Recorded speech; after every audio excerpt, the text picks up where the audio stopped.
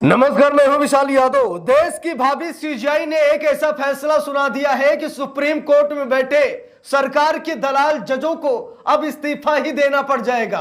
दोस्तों, बहुत बड़ी खबर सामने आ गई है। कहते भी हैं कि किसी भी पेड़ के कटने का किस्सा ना होता अगर कुल्हाड़ी के पीछे लकड़ी का हिस्सा ना होता। दोस्तों, अगर आज न्यायपालिका बदनाम हो रही है, अगर आज न्यायपालिका सरकार पर एक्शन नहीं ले पा रही है, आज अगर न्यायपालिका सरकार की हर मनमानी और तानाशाही को बर्दाश्त कर रही है, तो इसका साफ मतलब है कि न्यायपालिका में कुछ ऐसे दलाल जज हैं जो सरकार के इशारे पर काम करते हैं। ये हम सभी लोगों को मालूम है कि ये मोदी सरकार जजों को ब्लैकमेल करना, जजों को खरीदना, जजों को लालच लोभन देना, उन्हें राज्यपाल या राज्यसभा का सांसद बनाना, यानी कि बड़ी बड़ी स्ट्रेटजी ये सरकार अपनाती है और जजों को अपने बस में करती है, क्योंकि एक जज ही है जो सरकार पर एक्शन ले सकता है। बाकी पुलिस डिपार्टमेंट, प्रशासनिक महकमे में कोई ऐसा नहीं है जो सरकार पर एक्शन ले। केवल न्याय व्यवस्था ही है जो सरकार पर नकेल कस सकती है। इसीलिए सरकार का फोकस कहां? न्यायपालिका पर होता है, जजों पर होता है। जजों को प्रलोभन दिया जाता है, उन्हें लालच दिया जाता है, उन्हें खरीदा जाता है और अपने पक्ष में जजमेंट लिया जाता है। दोस्तों, इसीलिए न्यायपालिका पर भी कभी कभी टिप्पणियां होती हैं और कहा जाता है कि आप सरकार के दलाल हैं, आप सरकार के इशारे पर काम करते हैं। यानी कि कभी कभी वकील और जज में ऐसी बातें हो जाती हैं कि आप सरकार से डरते हैं, आप सरकार पर एक्शन नहीं लेते हैं, सरकार मनमानी कर रही है, तानाशाही कर रही है, लोकतंत्र की हत्या कर रही है, लेकिन जज साहब कुछ नहीं करते। कारण यह है कि वकील कभी कभी भिड़ जाते हैं ऐसे मामलों को लेकर। तो दोस्तों, अब देश की भावी सीजीआई जस्टिस बीबी नागरत्ना, चेहरा देख लीजिए, यह चेहरा ध्यान से देखिए। सीजीआई सूर्यकांत के रिटायरमेंट के बाद देश की महिला सीजीआई होंगी जस्टिस बीबी नागरत्ना। और ये ऐसे ऐसे डिसीजन लेती ना, फैसले लेती हैं, जिससे ऐसा लग रहा है कि जब ये सीजीआई बन जाएंगी तो सरकार की कितनी बड़ी मुश्किलें खड़ी हो जाएंगी। अब जरा देखिए, जनसत्ता अखबार में खबर भी छपी है और लिखा भी है, ऐसे जजों को न्यायिक व्यवस्था से हटा देना चाहिए। जरा गौर से देखिए, जनसत्ता अखबार में खबर छपी है जहां पर लिखा है, ऐसे जजों को न्यायिक व्यवस्था से हटा देना चाहिए। जस्टिस नागरत्ना ने जुडिशियल सिस्टम को लेकर दो टूक कहा है। और दोस्तों, ये सच्चाई है कि कुछ ऐसे जज हैं जो बिकते भी हैं और झुकते भी हैं और डरते भी हैं सरकार से। इसीलिए जस्टिस बीबी नागरत्ना ने कहा कि ऐसे जजों को न्यायिक व्यवस्था से हटा देना चाहिए, उन्हें सस्पेंड कर देना चाहिए, बर्खास्त कर देना चाहिए, उनका इस्तीफा ले लेना चाहिए। जो जज सरकार के रिश्तेदार बने बैठे हैं, जो हमराज बने बैठे हैं, जो सरकार के लिए ही काम करते हैं और न्यायपालिका की हर एक सूचना को सरकार तक पहुंचाते भी हैं। देखिए, लिखा भी है, जस्टिस नागरत्ना ने कहा कि निर्णय लेने में किसी प्रकार का समन्वय नहीं हो सकता। किसी न्यायाधीश द्वारा लिया गया दागी निर्णय न्यायाधीश और स्वयं न्यायपालिका पर एक कलंक है। बिल्कुल सही बात है। अगर कोई न्यायाधीश, कोई जज सरकार के दबाव में फैसला लेता है तो ना सिर्फ वो जज कलंकित होता है बल्कि पूरी न्याय व्यवस्था कलंकित होती है, जिससे लोगों को मौका मिल जाता है न्याय व्यवस्था को ट्रोल करने के लिए। विश्वास बनाने में पूरी जिंदगी लग जाती है, लेकिन विश्वास खत्म करने के लिए एक पल ही काफी है। जैसे कहते भी एक मछली पूरे तालाब को गंदा कर देती है, वैसे ही कुछ ऐसे जज हैं जो पूरी न्याय व्यवस्था को गंदा कर रहे हैं। देखिए, खबर में लिखा भी है, न्यायमूर्ति नागरत्ना ने अपने भाषण का समापन इस बात की पुष्टि करते हुए किया कि एआई को हमेशा एक हाशिए पर स्थित उपकरण के रूप में ही रहना चाहिए। उन्होंने कहा कि न्याय का भविष्य एआई द्वारा नहीं बल्कि केवल न्यायाधीशों द्वारा ही निर्धारित किया जा सकता है। उपकरणों द्वारा समर्थित, लेकिन हमेशा संवैधानिक मूल्यों, कानून के शासन और समानता और निष्पक्षता के प्रति प्रतिबद्धता द्वारा निर्देशित।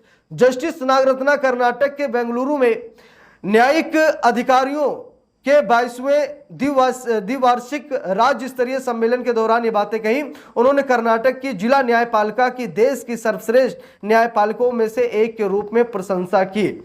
देखिए, लिखा भी है, बार एंड बेंच की रिपोर्ट के मुताबिक न्यायिक अखंडता को बनाए रखने के महत्व पर टिप्पणी करते हुए जस्टिस नागरत्ना ने कहा कि जो न्यायाधीश अपनी ज्ञात आय के दायरे में रहकर जीवन यापन करने में असमर्थ हैं और लालच और प्रलोभन के शिकार हो जाते हैं, उन्हें न्याय व्यवस्था से बाहर निकाल देना चाहिए। बिल्कुल सही बात है।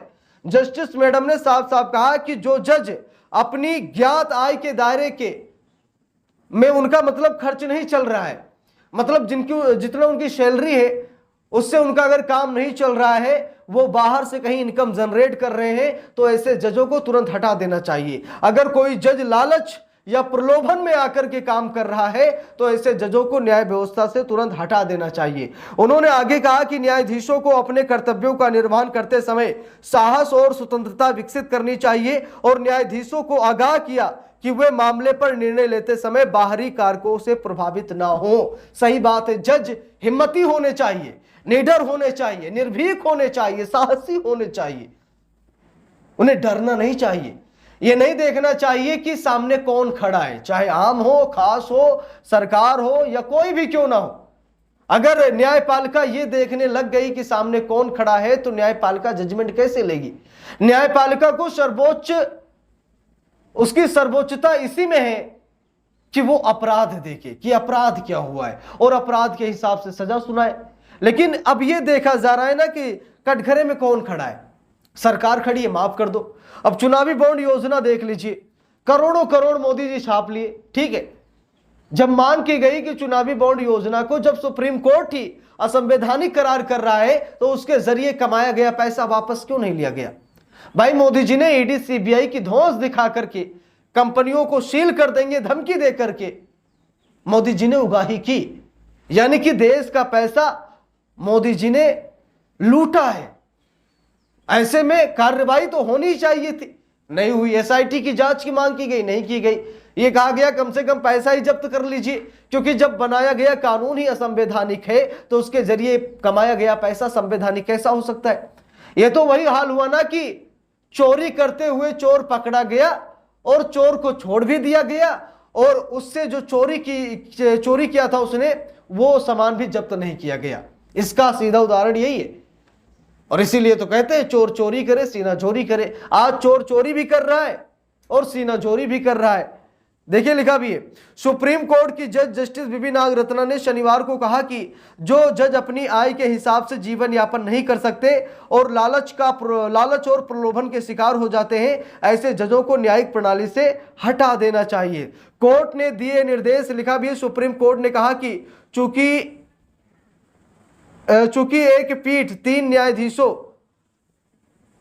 मतलब यह है कि सुप्रीम कोर्ट का ये जो फैसला है या फिर वो भावी सीजीआई जस्टिस बीबी नागरत्ना मैडम का जो फैसला है इसे लाजवाब माना जा रहा है और कहा जा रहा है कि यह फैसला देश की न्याय व्यवस्था में जो लुटेरे बैठे हैं, जो लालची लोग बैठे हैं, जो सरकार से डरने वाले लोग बैठे हैं, शायद उनमें सुधार आएगा। और मुझे पूरी उम्मीद है कि यह सुधार बरकरार रखा जाए। अगर न्यायपालिका बिक गई तो सोचिए लोकतंत्र बिक गया, अगर न्यायपालिका बिक गई तो समझिए संविधान बिक गया। इसीलिए न्यायपालिका का जिंदा रहना जरूरी है और सिर्फ दिखना ही नहीं चाहिए बल्कि लगना भी चाहिए कि न्यायपालिका जिंदा है। ठीक है, कोई रिश्वत शरेआम नहीं लेता, ऑन कैमरा नहीं लेता है, तो सिर्फ दिखना नहीं बल्कि लगना भी चाहिए कि न्यायपालिका निष्पक्ष है। बाकी जस्टिस बीबी नागरत्ना मैडम के इस बयान पर आप सभी लोगों की क्या राय है कमेंट करके जरूर बताइएगा और वीडियो को ज्यादा से ज्यादा लोगों तक शेयर कीजिएगा। अगर चैनल पर नए हैं सब्सक्राइब करके सपोर्ट कीजिएगा। मिलते हैं दूसरी वीडियो में, तब तक के लिए बहुत बहुत धन्यवाद।